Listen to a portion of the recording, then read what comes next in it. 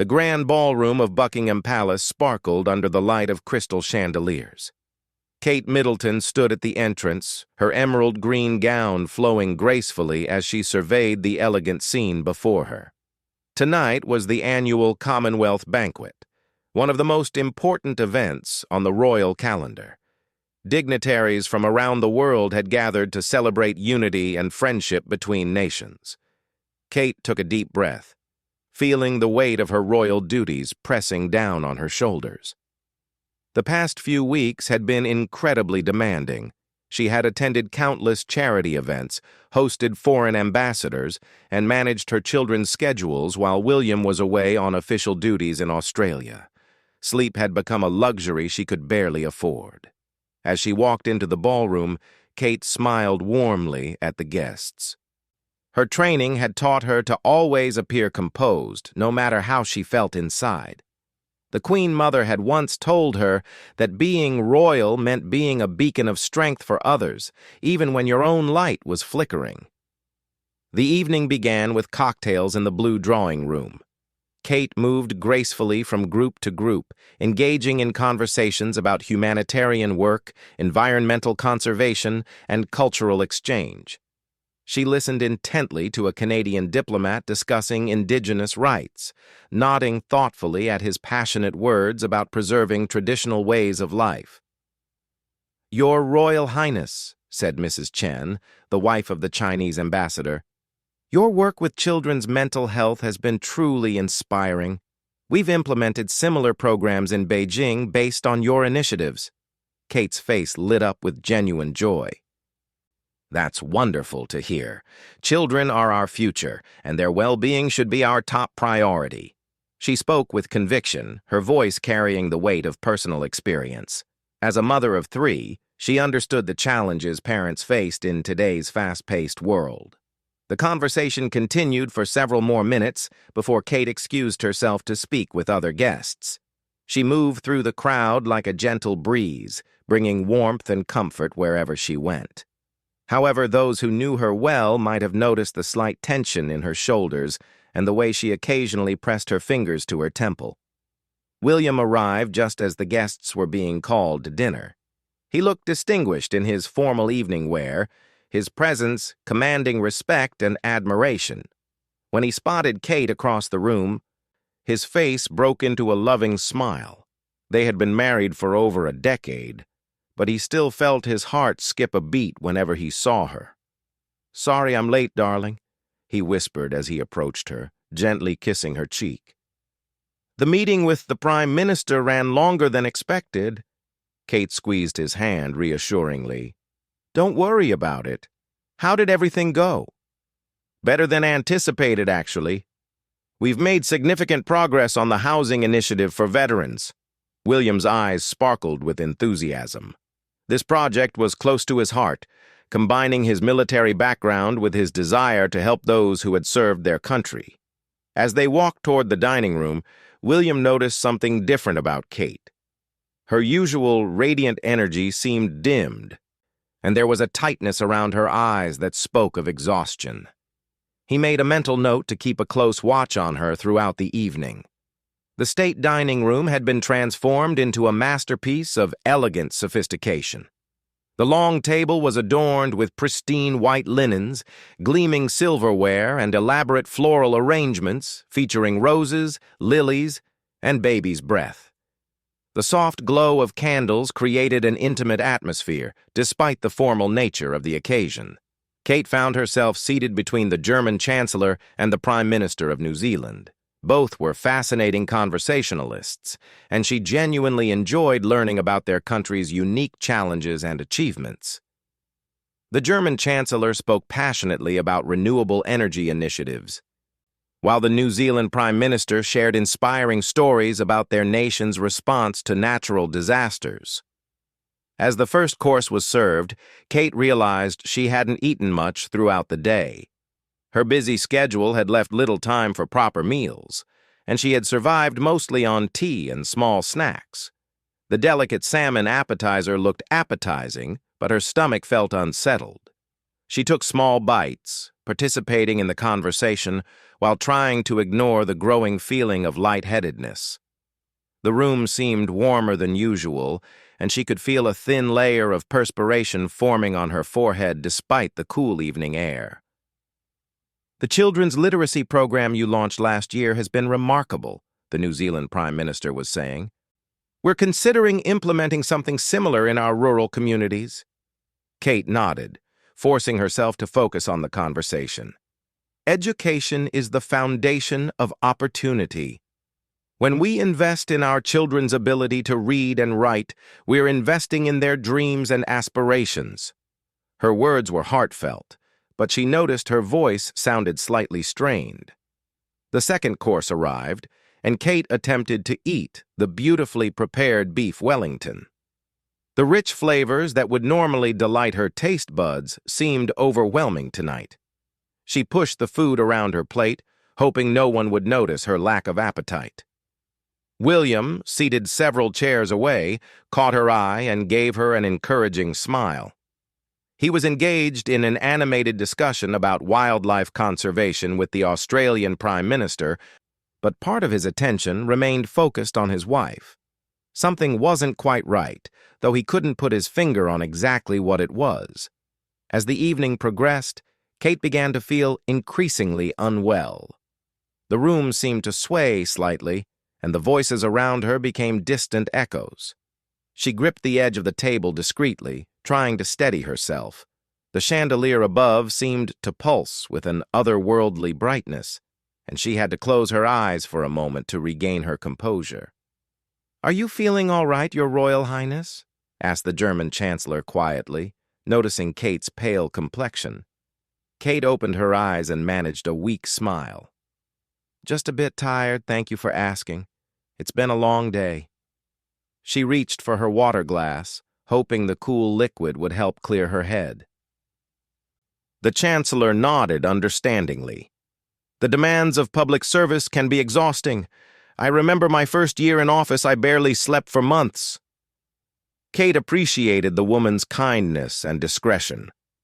In royal circles, showing weakness was often seen as failure, but sometimes the human body had its own agenda regardless of duty and protocol. As the dessert course was being prepared, Kate excused herself to visit the powder room. She walked slowly, maintaining her graceful posture despite feeling increasingly unstable. The hallway seemed longer than usual, and the portrait-lined walls appeared to close in around her. In the privacy of the ladies' room, Kate sat down for a moment and took several deep breaths. She looked at herself in the ornate mirror, noticing how pale her reflection appeared. Her usual rosy complexion had been replaced by an almost translucent quality that made her green eyes appear larger and more prominent. She splashed cool water on her wrists and behind her ears, an old trick her grandmother had taught her for dealing with fainting spells. The sensation was refreshing, and she felt slightly more alert. After reapplying her lipstick and checking that her tiara was still perfectly positioned, she prepared to return to the banquet. However, as she stood up, a wave of dizziness crashed over her like a tidal wave. The elegant bathroom spun around her, and she had to grab the marble countertop to prevent herself from falling. Her heart raced, and she could hear the blood rushing in her ears like the sound of ocean waves. Kate knew she was in trouble. Years of royal training had taught her to push through discomfort, to smile through pain, and to never let the public see her struggle. But this was different. Her body was sending clear signals that it needed rest, nutrition, and care. She waited a few more minutes, hoping the feeling would pass. Slowly, she made her way back to the dining room, moving carefully and deliberately. The sounds of laughter and conversation grew louder as she approached the banquet, but they seemed to come from very far away. When she reached her chair, Kate noticed that dessert had been served in her absence. The delicate chocolate soufflé looked beautiful, but the mere thought of eating made her stomach turn. She sat down carefully, hoping that being seated would help stabilize her condition. The German Chancellor leaned over with concern. You look quite pale, my dear. Perhaps you should step outside for some fresh air. Kate shook her head gently. I'll be fine, thank you. Just need to get through the evening. But even as she spoke these words, she could feel her strength ebbing away like sand through fingers. The final speeches of the evening were about to begin, and Kate knew she needed to stay alert and engaged. These moments were crucial for diplomatic relations, and her role as a representative of the British royal family required her full attention. But as the lights dimmed slightly for the presentation, Kate felt the room beginning to spin more violently. The faces around her became blurred, and the voices faded into an indistinct murmur. She gripped her napkin tightly, knuckles white with the effort of trying to remain conscious. The moment she had been dreading was approaching rapidly, and she realized that no amount of willpower would be enough to prevent what was about to happen. The Commonwealth Secretary-General rose from his seat at the head of the table, preparing to deliver the evening's keynote address. The room fell into respectful silence as guests turned their attention toward the distinguished speaker.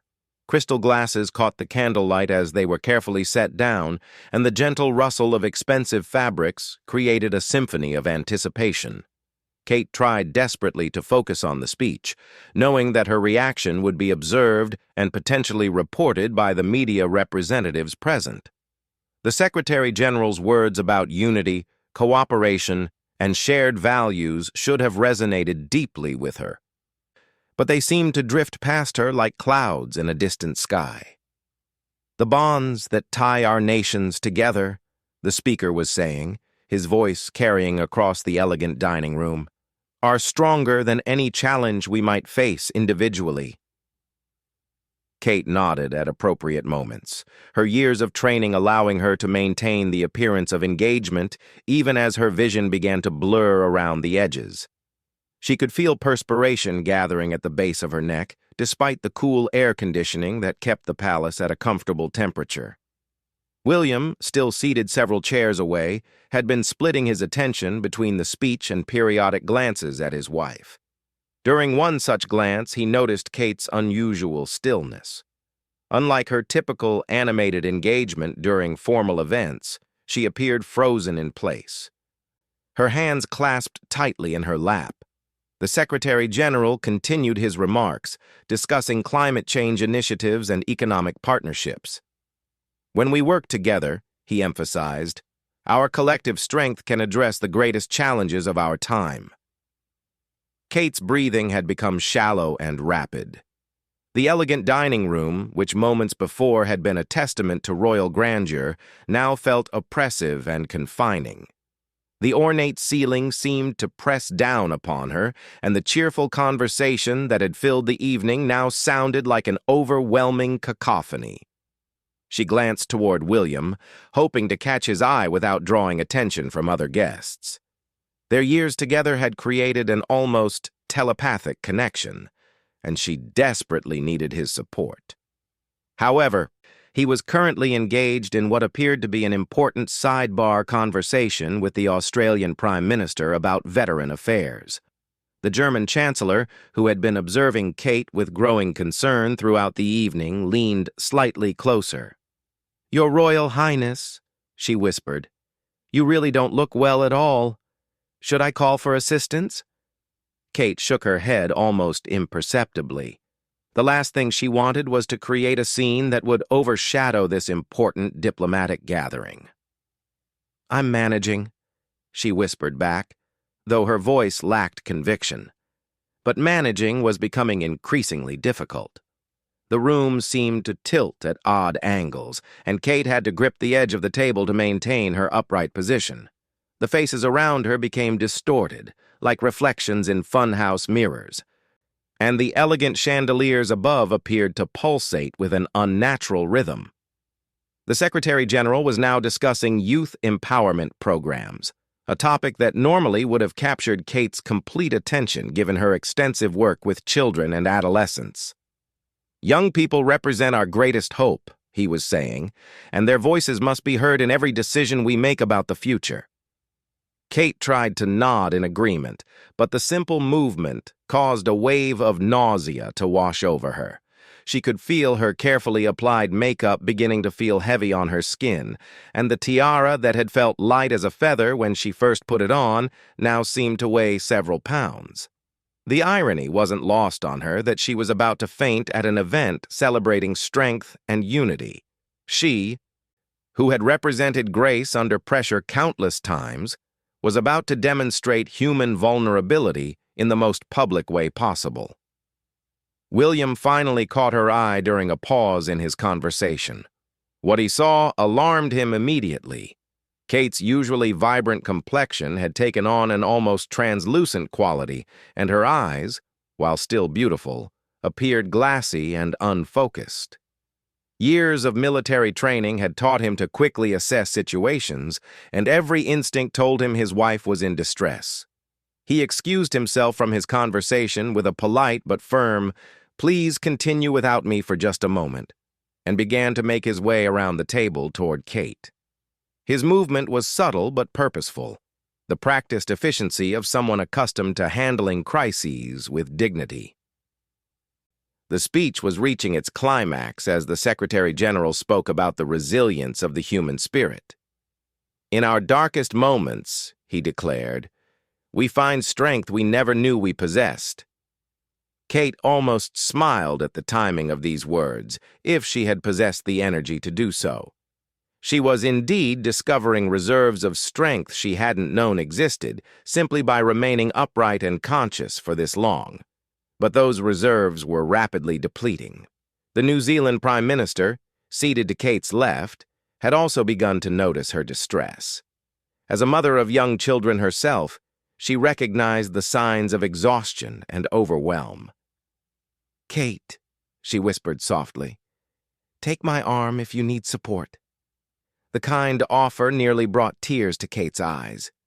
In the sometimes cold world of international diplomacy, such genuine human kindness was precious. She managed a grateful look but didn't dare speak, knowing that even the effort of whispering might be enough to push her over the edge. William was now only 3 chairs away, moving with the casual elegance that made his approach appear social rather than urgent. The other guests, absorbed in the speech, barely noticed his movement. This was exactly what he had intended. The Secretary General was concluding his remarks. "Let us leave here tonight committed to building bridges, not walls, and to creating a future where every child can thrive regardless of where they are born." Polite applause began to fill the room, and Kate knew she had to participate or risk drawing unwanted attention. She lifted her hands to clap, but the movement caused her vision to darken at the edges. The applause around her sounded muffled, as if she were hearing it from underwater. William reached her just as the applause was ending. With the practiced smoothness of someone who had navigated countless formal events, he positioned himself behind her chair as if simply stopping by for a casual word. "Darling," he whispered, "you look like you're about to faint." Kate nodded slightly, not trusting herself to speak. The fact that her condition was obvious to William confirmed her fears that she wasn't hiding her distress as well as she had hoped. "Can you stand?" William asked quietly, his hand resting gently on the back of her chair. Kate wasn't sure, but she knew she had to try. The evening was winding down, and if she could just make it through the final few minutes, she could retreat to their private quarters and recover properly. As the guests began to engage in post-speech conversation, William helped Kate to her feet with subtle assistance. To outside observers, it simply looked like a loving husband helping his wife adjust her chair. The reality was that without his steady presence, Kate would have crumpled to the floor. "Ladies' room," Kate managed to whisper, knowing that it would provide a legitimate excuse for leaving the dining room. William nodded and began to escort her toward the exit, maintaining casual conversation as they moved. "The Secretary General's speech was quite inspiring, wasn't it?" he said in a normal voice, while keeping a firm but gentle grip on Kate's arm. The journey across the dining room felt like an eternity to Kate. Each step required tremendous concentration, and she had to focus on putting one foot in front of the other. The elaborate carpet pattern seemed to shift and move beneath her feet, making navigation even more challenging. Other guests smiled and nodded as the royal couple passed by, completely unaware of the drama unfolding in their midst. Kate managed to return these acknowledgments with weak smiles, calling upon years of training that had taught her to always appear gracious, even in the most difficult circumstances. They were almost to the door when disaster struck. Kate's knees buckled completely, and the room spun into a kaleidoscope of colors and sounds. She felt herself falling backward, her carefully maintained composure finally crumbling under the weight of exhaustion and physical distress. But instead of hitting the hard marble floor, she found herself caught in William's strong arms.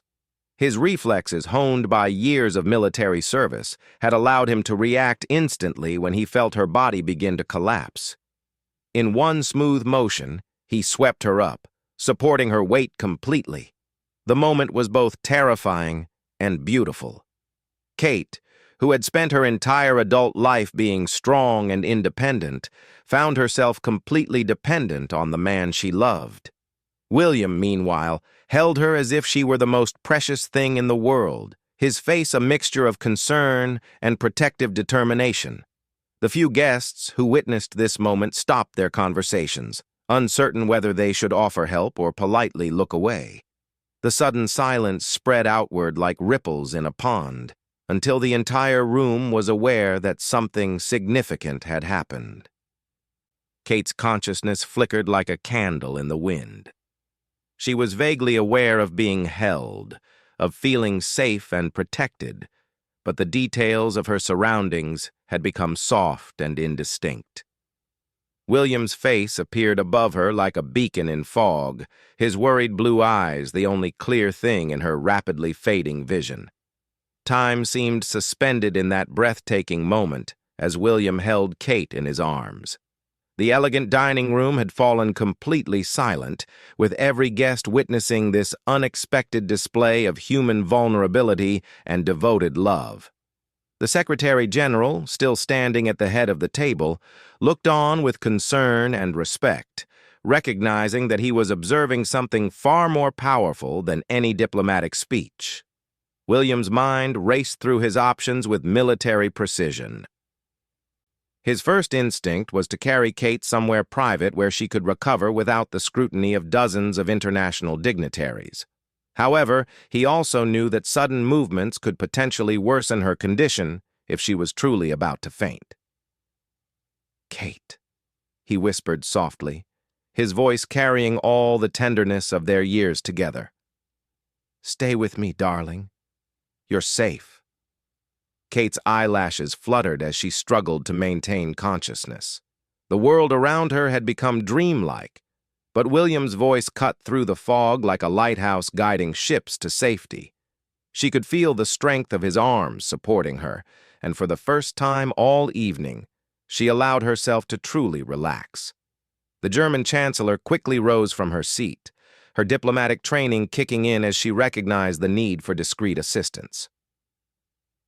"Perhaps we should clear some space," she suggested quietly to the nearby guests, who immediately began to step back with respectful concern. William made a quick decision. Rather than attempting to carry Kate out of the room in her weakened state, he carefully lowered himself into the nearest chair, settling Kate gently across his lap. This position allowed her to rest while keeping her upper body elevated, which he remembered from his first aid training was important for someone experiencing faintness. "Bring some water, please," William requested calmly, his years of leadership evident in the way he took control of the situation without creating panic. A palace staff member immediately appeared with a crystal glass filled with cool water. Kate's breathing began to steady as she found herself in this secure position. The panic that had been building throughout the evening started to subside, replaced by an overwhelming sense of gratitude for William's quick thinking and gentle care. She had spent so much energy trying to appear strong and capable that she had forgotten how good it felt to be protected and cared for. The New Zealand Prime Minister approached with maternal concern. "I'm a trained nurse," she offered quietly. "Would you like me to check her pulse?" William nodded gratefully, appreciating the woman's professional background and discreet offer of help. The Prime Minister gently placed her fingers on Kate's wrist, monitoring her heart rate while maintaining the dignity of the moment. "Her pulse is a bit rapid but strong," she reported softly. "Classic signs of exhaustion and possible dehydration. She needs rest, fluids, and probably something to eat." Kate managed to open her eyes fully for the first time in several minutes. The immediate crisis seemed to be passing, though she still felt weak and shaky. "I'm so sorry," she whispered, embarrassed that her physical limitations had disrupted such an important event. "Don't you dare apologize," William said firmly but lovingly. "You've been working nonstop for weeks. Your body is simply telling you what we all should have noticed sooner." The Secretary General approached the small group with genuine concern. "Your Royal Highness, please don't give this another thought. The human spirit you spoke of in your work is exactly what we've witnessed here tonight. Sometimes our greatest strength is shown through our willingness to accept help." His words were wise and kind, transforming what could have been an embarrassing incident into a moment that demonstrated the power of compassion and community support. The other guests, rather than appearing uncomfortable, seemed moved by the authentic display of love and care they had witnessed. Kate took a small sip of water, feeling the cool liquid help to clear her head. "Thank you all for your kindness," she managed to say, her voice gaining strength. "This evening has been wonderful, and I'm sorry for causing any concern." The Australian Prime Minister stepped forward with a warm smile. "Your Highness, in my country we have a saying, 'A strong person is not one who doesn't fall, but one who gets back up.' Tonight, you've shown us what real strength looks like." These words resonated deeply with Kate, who had spent her entire royal career trying to embody strength and grace. She was learning that sometimes the most powerful thing a person could do was acknowledge their limitations and accept help from others. William helped Kate take another sip of water before gently asking, "Do you think you can stand if we take it very slowly?" Kate nodded, feeling significantly more stable than she had just minutes before. The combination of rest, hydration, and emotional support had worked wonders for her recovery. With William's steady assistance, she carefully stood up, relieved to find that her legs felt much more solid beneath her. The German Chancellor had quietly arranged for the palace staff to bring a comfortable chair closer to their location, anticipating that Kate might need to sit again soon. This thoughtful gesture demonstrated the kind of international cooperation and mutual support that the evening had been intended to celebrate. "Perhaps we could move to the blue drawing room," William suggested. "It's quieter there, and Kate can rest properly while still being part of the evening if she feels up to it." This suggestion was perfect, allowing Kate to recover her strength without completely abandoning her duties as hostess. The smaller, more intimate setting would also be less overwhelming than the grand dining room. As they slowly made their way toward the blue drawing room, several guests approached Kate with words of encouragement and understanding. The Canadian diplomat shared that his wife had experienced similar episodes during particularly stressful periods, while the representative from South Africa mentioned how impressed he was with the royal couple's handling of an unexpected situation. These conversations revealed something beautiful about human nature. Rather than viewing Kate's moment of weakness as a failure of royal protocol, the international guests saw it as a reminder that even those in positions of great responsibility were fundamentally human beings deserving of compassion and care. The blue drawing room provided the perfect atmosphere for recovery. The soft lighting was easier on Kate's eyes, and the comfortable seating allowed her to rest properly while still maintaining her role as hostess. William remained close by her side, occasionally offering her small bites of food that the staff had thoughtfully provided. "You know," Kate said softly to William as some of her energy returned, "I've learned something important tonight." "What's that?" William asked, genuinely curious about her insight. "I've spent so much time trying to be the perfect royal that I forgot it's okay to be imperfect sometimes. These people didn't judge me for being human. If anything, they seemed to respect me more for showing vulnerability." William smiled, recognizing the wisdom in her words. "Some of the strongest people I know from my military days were those who weren't afraid to ask for help when they needed it. Tonight, you showed real courage." As the evening wound down, several guests made a point of checking on Kate before they departed. The Secretary General paused to share that he had been deeply moved by the evening's events. Not just the formal program, but the authentic human moments that had unfolded. "Tonight," he told Kate and William, "we witnessed something more powerful than any speech or ceremony. We saw love, partnership, and community support in action. These are the values that truly unite our nations." The German Chancellor also stopped by to say goodbye, expressing her admiration for how the situation had been handled. "In my years of international diplomacy," she said, "I've seen many carefully orchestrated events, but the most memorable moments are always the unplanned ones that reveal true character." As the last guests departed, and the palace began to return to its usual quiet elegance, Kate reflected on the evening's unexpected turn of events. What had started as a potential disaster had become something much more meaningful. William helped Kate to their private quarters, where she could finally rest completely. As she changed into comfortable clothes and settled into their familiar bedroom, she felt a profound sense of gratitude for the lesson she had learned. "Thank you," she said to William as he brought her a cup of tea and sat beside her on their bed. "For catching you?" he asked with a gentle smile. "For all of it," Kate replied. "For catching me when I fell, for staying by my side, and for reminding me that I don't have to carry everything alone." William took her hand, intertwining their fingers in a gesture that had become second nature over their years together. "We're partners in everything, Kate. That includes the difficult moments as much as the triumphant ones." As they talked quietly about the evening's events, both realized that this unexpected incident had strengthened not only their relationship, but also their connections with the international community they served.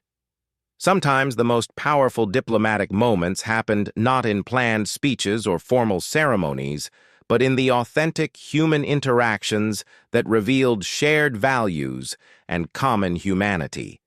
The Commonwealth Banquet would be remembered not just for its elegant setting and important discussions, but for the moment when a future queen showed that true strength sometimes means knowing when to lean on others, and when a devoted husband demonstrated that love in action is the most beautiful sight in any ballroom. Kate fell asleep that night feeling more connected to her role and purpose than ever before, understanding that her greatest contribution might not be her perfection, but her willingness to be genuinely human in a world that often demanded otherwise.